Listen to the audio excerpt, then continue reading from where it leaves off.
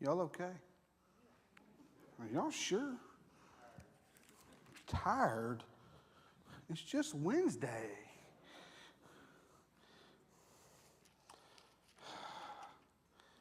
It's bad to get old, y'all. Nope. Not there yet.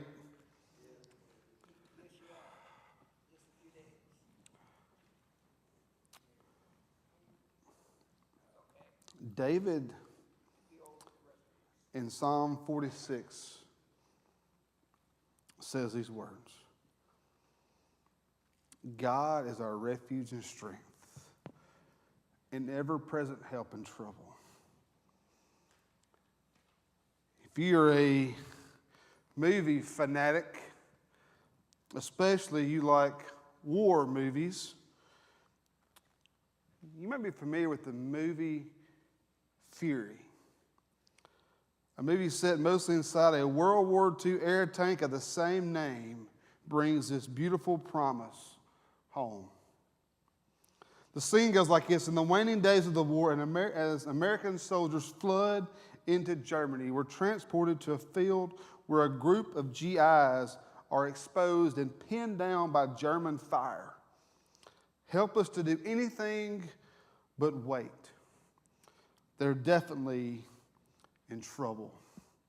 Suddenly, Fury and a pair of other tanks break through and advance, guns thundering away at the German positions. The GIs are now faced with a choice. Do they rise and charge ahead side by side with the tanks? No. They simply roll to where the tanks are, slide in behind them, and move ahead, letting the tanks do all the work. In fact, as he says, letting the tanks do what they were designed to do. It is the same with God. Notice the psalmist says that God and He alone is our refuge and strength. Not God plus our abilities, or God plus our strength, or wits, or might. Just God. Sometimes it's best to simply slide in behind Him in obedience and let Him do what only He can do. Tonight, as we continue walking through this book, the book of Genesis, we come to Genesis chapter 31. And in this chapter tonight, we find the subject, God's protection. And what does that mean for you and I?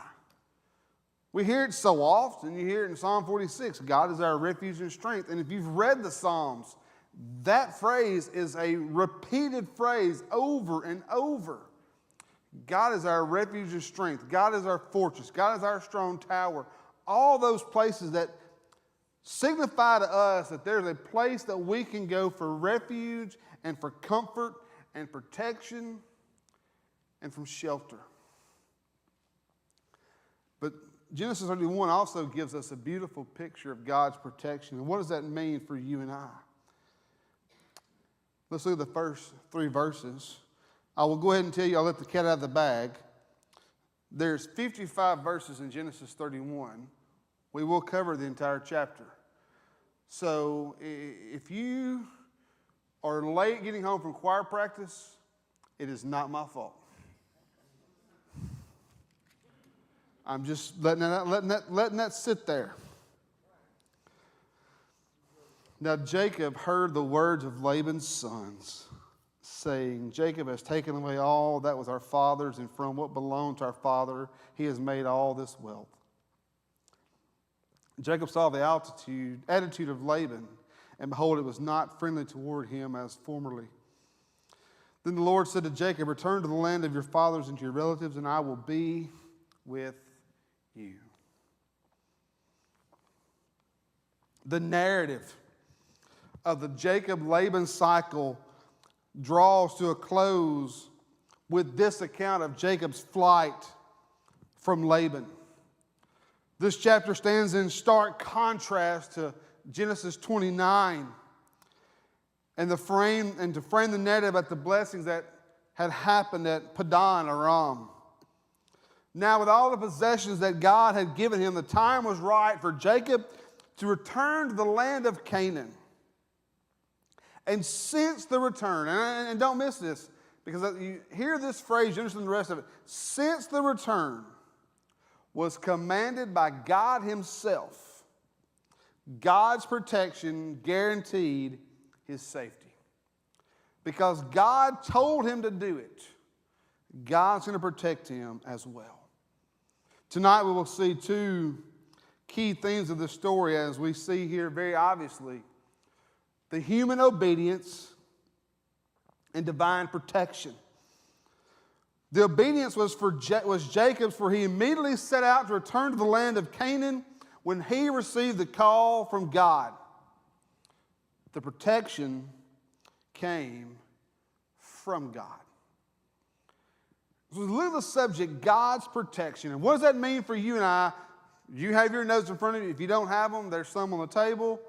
If you also have one of those devices that's really smart, you know, some of y'all may say smarter than us.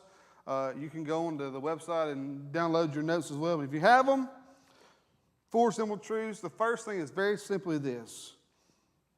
God calls for us to forsake the world. When you look at God's protection, you look at the divine call side of this verse, God calls us to forsake the world. Of the two interrelated reasons for Jacob's flight to Canaan, the first was an increasing animosity that he sensed from Laban's family. Again, you can see that there. In verse 2, it was not friendly toward him as formerly. And all the while, the words of Laban's son have the ring of bitterness. For they all realized that Jacob's wealth was taken from their father. Laban realized this imbalance too, for his countenance was not in favor of Jacob, as it were before, 3 days before yesterday. In short, Jacob's prospering under God's good hand of blessing was at Laban's expense. And Laban began to resent it. With growing danger in his mind, Jacob's mind, the Lord instructed Jacob to leave. One asks the question, how easy would it have been for Jacob to have been dislodged from this prosperous life if there had not been growing resentment? At what point did Jacob realize that as great as I've got it, the growing resentment, at what point would it force Jacob to disassociate or to dislodge from where he was? Because the fact is, when all of that is there and the comfortableness sets in, understand, church, there are moments when we can get so comfortable and so content. And all the while, God's trying to do something else in our life, but because we're so content, so complacent, so comfortable, we don't want to let go. I've told you this story before. Now, if you haven't heard it, great. If you've heard it before, humor me like this is the first time you've ever heard it. My pastor, who was our transitional pastor, took me to lunch one day. And to paint the picture, we get in his car, and our brother Gary had this late 90s model Lincoln Town Car. You remember those? Preacher cars, we called them. It was like riding on a cloud. So we get in, we're riding down the road. Now at this point, we're running 70 miles an hour down the highway. Doors are locked. I'm buckled in. He goes, hey, Jeff, I want you to think about going to Russia with me. Is the door still locked? Like, can I get out? I was like, this ain't fair. Like, we could have this conversation in your office, or I could have walked up the door, but no, you stick me in a car where I got to listen, I can't get out. And I said, Brother Gary, let me paint the picture for you. I'm a country boy from Saltillo. The furthest west I have been is Colorado. The furthest east I have been is Delaware. The furthest south I have been is Florida.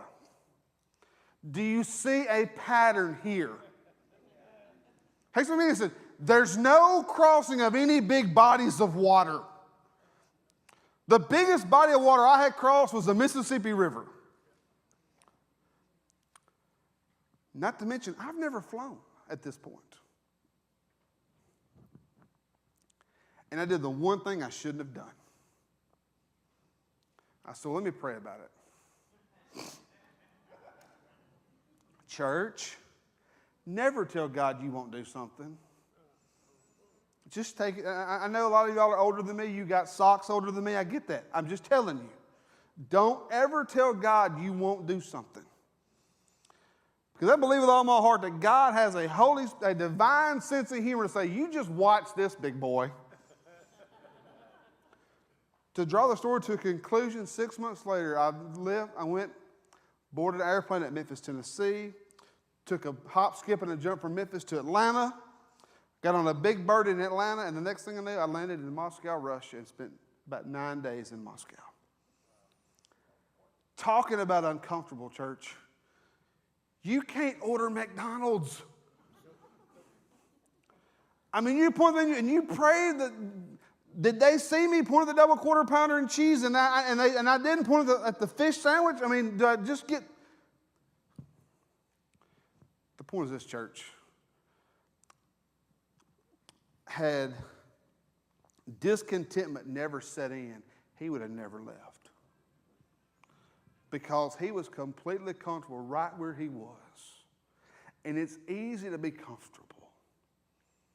And sometimes we have to forsake the world. We have to realize that as much as we like where we are, is God doing something else? And sometimes that resentment leads to what I would call that release that allows you to pull back and to disengage to allow you to make the transition easier. And that's what happened here. The hard feelings, the not friendly, all of those things begin to resonate, to realize that this was his chance to dislodge or disassociate. This is a call to return to the land of your fathers and relatives. And notice what he says, and I will be with you. Church, there are moments. There are moments when you look at Scripture, and there's certain verses that we know in our heart, we can recite them backwards, forwards, inside out, upside down. And there are those key verses we look at. Then there are some nuances, like in this verse, where you see this phrase and you have to just kind of go, okay, for a second, and you hone in and you zero in and realize that as much as God is calling him to go somewhere, and I don't want to at all downplay that whatsoever, but the fact is, as much as God is calling him, the promise in that last phrase is, I will be with you. Anytime God calls you to do something, God calls you to go somewhere else, as scared as you might be, God is going to be with you. How much do we trust that? How much do we trust that sometimes we have to forsake the world, forsake the things that we know, to realize that God has got something better? Sometimes God has a new plan. A new goal. But secondly, God calls us to act in good faith. In verses 4 through 16, Jacob sent and called Rachel and Leah to his flock in the field, and said to them, I see your father's attitude, that it is not friendly toward me as formerly, but the God of my father has been with me. You know that I have served your father with all my strength.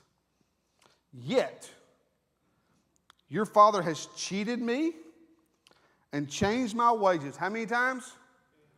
10 times. Imagine that for your yearly review. However, God did not allow him to hurt me. The point of this section centers on Jacob's argument that he was both justified and wise in leaving Laban. And all the while, the argument that met with approval from his wives. Jacob's speech was one of the high points in his life. Jacob's convincing speech traces how God prospered in his faithful service to Laban. Jacob says, look, as faithful as I was, as faithful as I served, can I just say something here to you, church? Good, I'm going to anyway. There are times in your life when you're going to serve God with every ounce of energy that you have, and no one is going to care whatsoever. And no one's going to notice. And if some of you, you're going to sit back and go, well, what's the point? I mean, why should I, Pastor? No one notices, no one cares. And the fact is, you're probably right.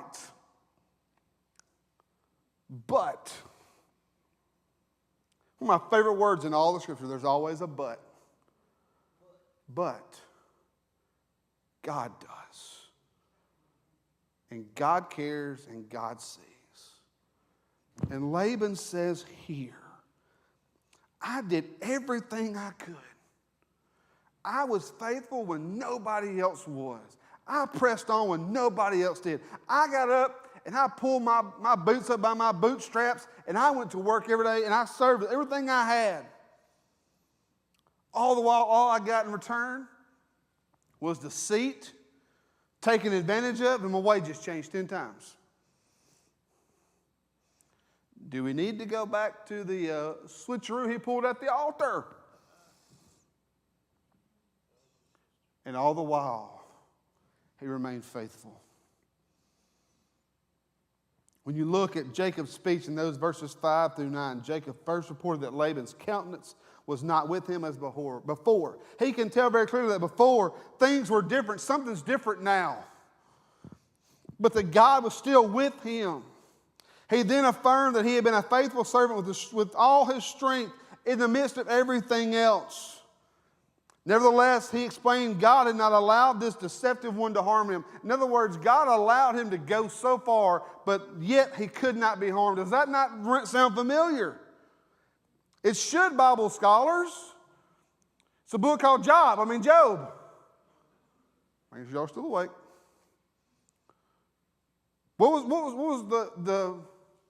What did God tell Satan? You can do anything you want, but what? You can't kill him. Now, you can make him wish he was dead. You can make him think that he would be better dead than alive, but you can't kill him. And all the while, Jacob says, I've done everything possible, but God would not allow him to hurt me. And all the while, he acknowledged that, yes, God was a God of protection and blessing.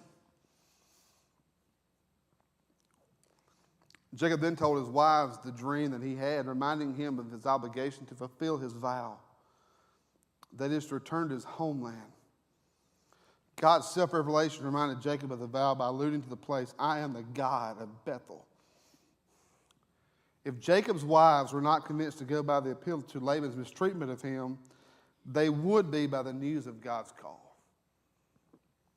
It'd be easier for them to say, well, Jacob, I know he's treated you bad, and I think you're just kind of running from your problems.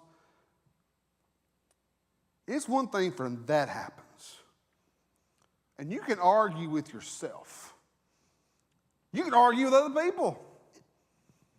Now, I know some of you, I wouldn't argue with you. I'd get more accomplished arguing with a fence post. You're hard-headed, and Paul would call you stiff-necked. But I love you just the same. But some folks you argue with and you're going to get nowhere. But you cannot argue with the call of God. Period. Jacob knew there was a chance that they might kick back on his reason for first leaving. But when he knew that it was God's will, there was no doubt this is what they were supposed to do. And all the while, God's justice emerges as another reason for the migration. Laban had withheld their inheritance, having sold them and thoroughly consumed their money or dowry. Again, Laban has mistreated his own family. I've told you, this is a messed up group of people. And all the while, taking money from his own daughters. Rachel and Leah said to him, do we still have any portion or inheritance in our father's house? Are we not reckoned by him as foreigners, for he sold us and has also entirely consumed our purchase price? In other words, he's kept it all for himself. Should not all the wealth that God has taken away from our Father belongs to us and our children? Now then, do whatever, and don't miss this, do whatever God has said to you. And there's a point, church, in your life where you have to rest in those words. You got to do what God said. You got to back your ears and dig your heels and say, God has said, and I'm not going to back down. And again, it's hard. It's a hard place to be. It's a hard place to settle in when you hear God saying this. And it's another thing when you hear God saying, but instead of listening to God, you drown out the voice of God, but the voice of comfortableness. In church, it's a hard place to be. I wished I could tell you, and I'm going to talk to you pastorally for just a second. I wished I could tell you that I could tell you right now, here's exactly how you do it. If you do this, this, this, this, and this, it'll all work out. Church, I can't. And here's why I can't. Because the way God calls each and every one of us is just as different as we are. And what God calls us to is just as different as we are. But all the while, the question you got to ask yourself is this: has God said it? Has God said it to you? Another question is it God's voice or is it your voice? And again, that's the other battle you face. We have wants and desires. But is it God's want and desires? Is it God's voice we're hearing? Or is it ours and we're just wanting God to rubber stamp his approval on it?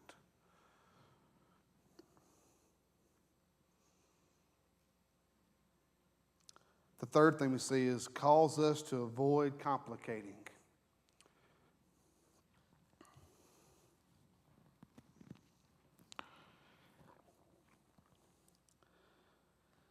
Then Jacob arose and put his children and his wives upon camels, and he drove away all his livestock and all his property which he had gathered, his acquired livestock which he had gathered in Padan Aram, to go to the land of Canaan to his father Isaac. When Laban had gone to shear his flock, then Rachel stole the household items that were her father's, and Jacob deceived Laban the Aramean by not telling him that he was fleeing. So he fled with all he had, and he arose and crossed the Euphrates River and set his face toward the hill country in Gilead. The flight from Laban's land was to prove more risky than it needed to be. See, church, they could have just packed up what they had and left. But it would have been easy just to pack up what they had and left. I mean, it's easy to say, you know what, we're leaving. Pull the U-Haul in, put the boxes in, Hertz, rent a camel, and you pack up your stuff and you go. That would have been easy. But Rachel complicates it when she takes stuff from the house. When Rachel stole her father's things. And now very likely it may have been the guaranteed protection of the right of inheritance. But Laban was certainly exercised to get them back. It was one thing to take his flocks and his family, but his household gods, as one writer called it. For all he knew, Jacob might return someday and lay claim to everything he possessed. And all the while, as we look at this, in verses 19 and 20, that word play, we read that Rachel stole the idols, and in verse 20 we read that Jacob stole away unawares. Any hope that Laban would resign himself to their departure was now out of the question. And again, church, sometimes in this, when God calls, it's not that complicated. We sure make it out to be.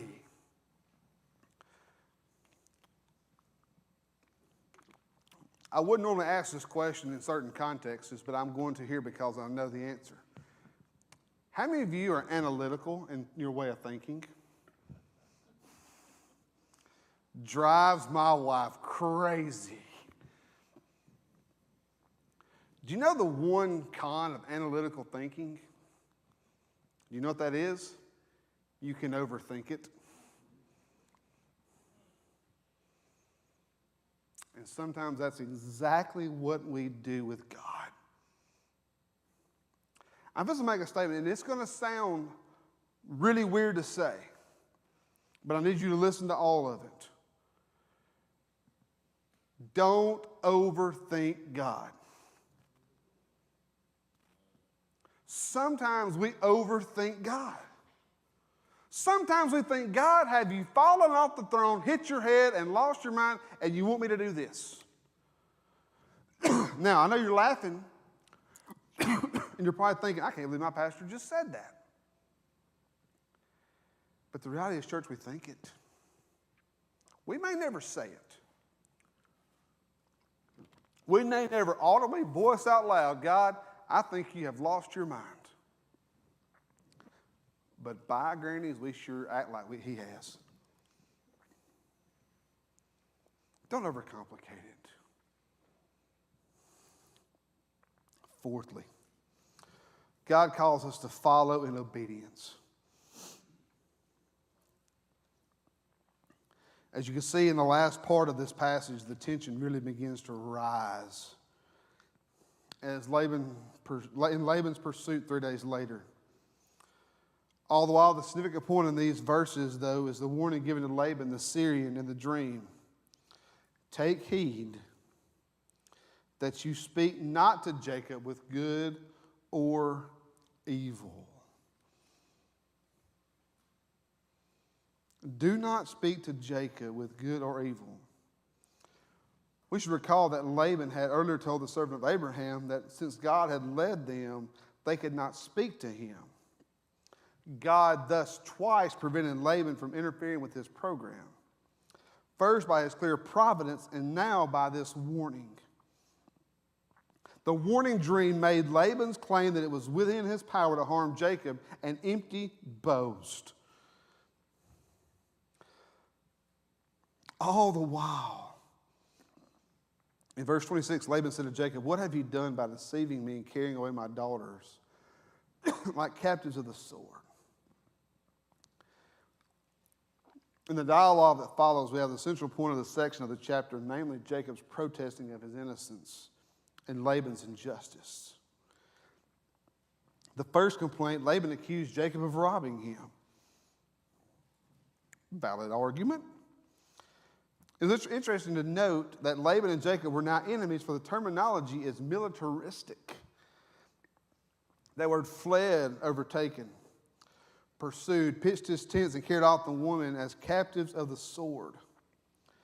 Yet Laban presents himself as the hurt father who has not been given the chance to send off his daughters with a celebration, as well as a frustrated avenger who is not permitted to harm his enemy physically or legally. All the while, as you look in this chapter, in the last part of this chapter,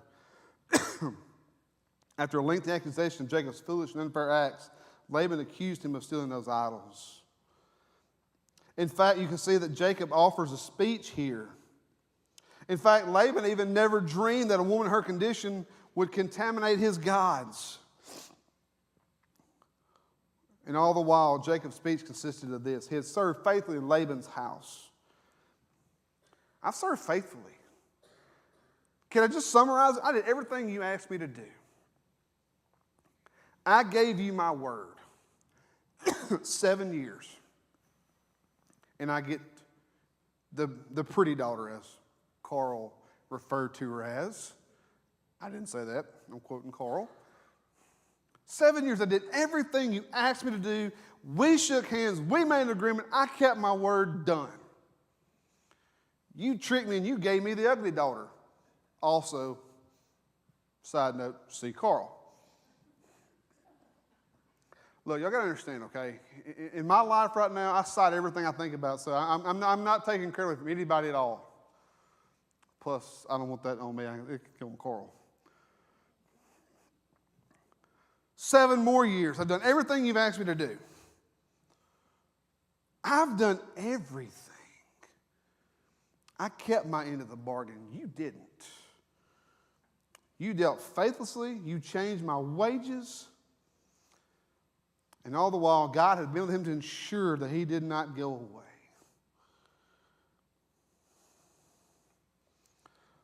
All the while in this passage,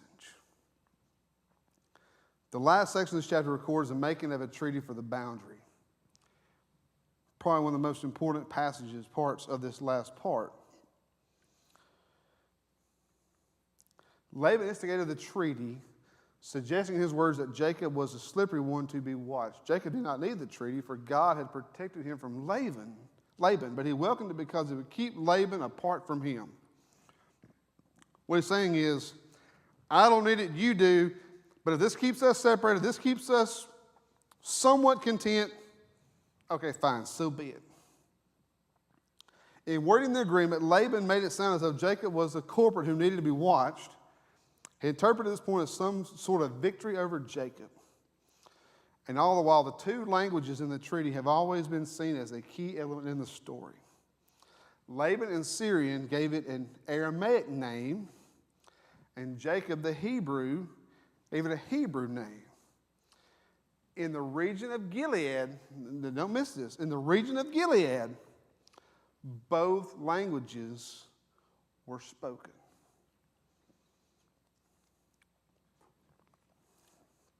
Any idea where that location is today?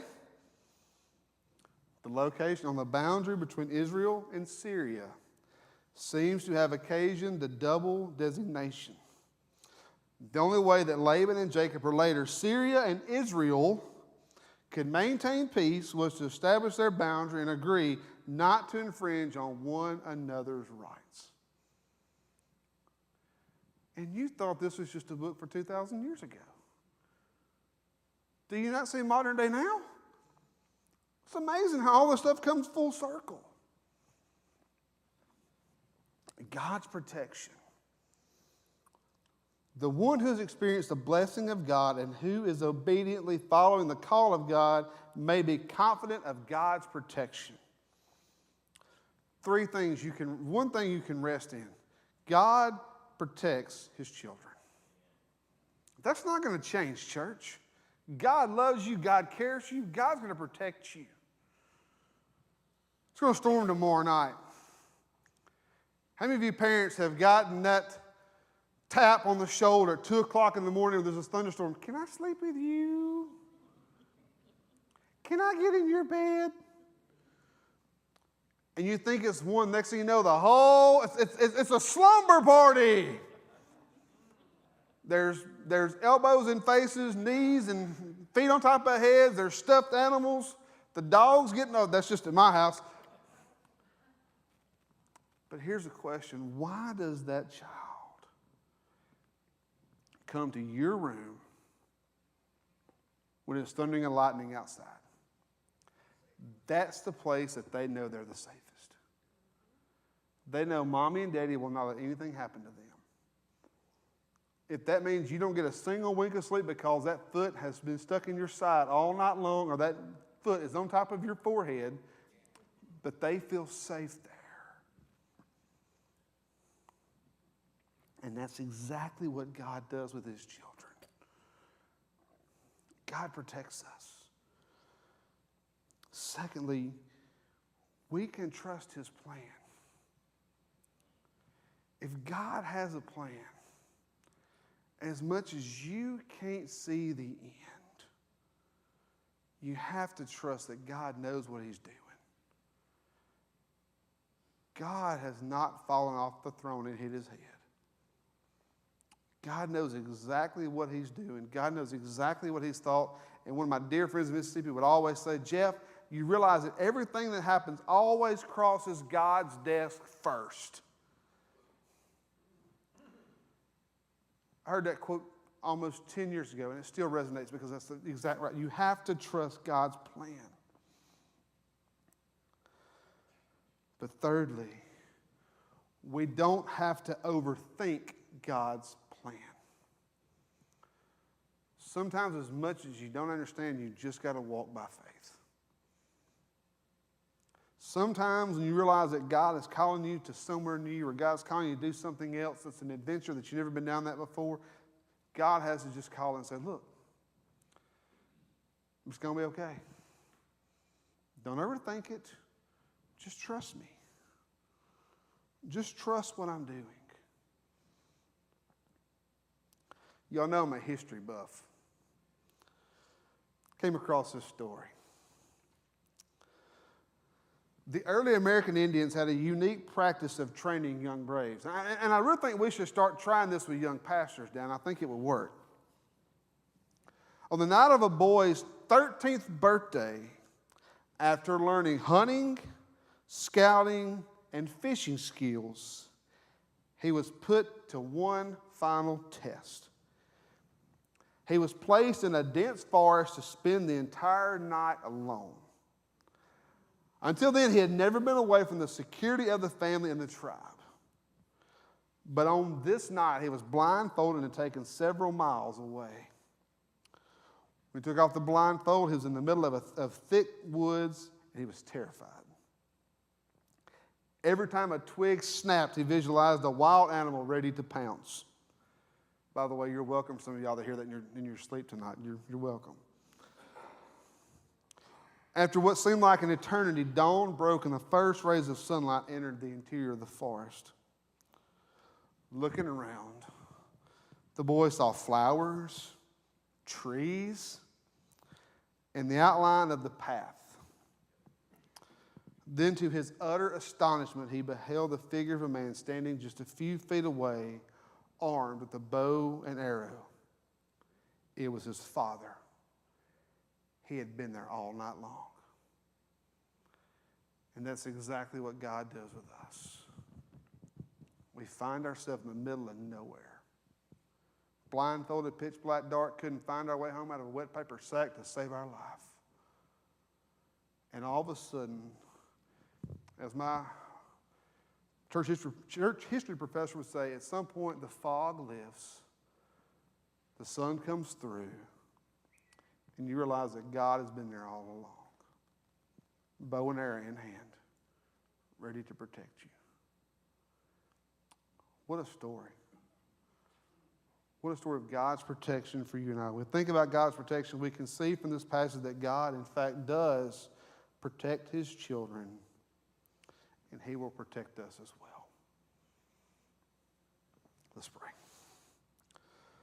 Father, you're a good God. You're our shield and our protection. Father, I just thank you that you do protect us and you do guard us. And Father, when you call us to step out and call us to trust, and maybe there's a new chapter that you're calling us to, or a new venture, or I don't know. I'm not God, but you are. Father, help us to trust and help us to be obedient. And to know that when you call, you're going to protect us, you're going to carry us through. Father, I love you. I ask all these things in your name. Amen. Before you leave, tomorrow morning at 10:30, if you're free and available, as you know, tomorrow is May the 1st. Does anybody know what tomorrow is? The National Day of Prayer. So if you're free tomorrow at 10:30, there is a special National Day of Prayer service at the Madison Baptist Association on Whitesburg Drive. So if you're free and would like to go at 10:30, you're more than welcome to. You can come be my guest. Some of y'all went last year, and it was an amazing, amazing time. So if you'd like to go 10:30 at the association on Whitesburg Drive, Manana, tomorrow. Hey, really, if you're at a choir practice late, it is not my fault.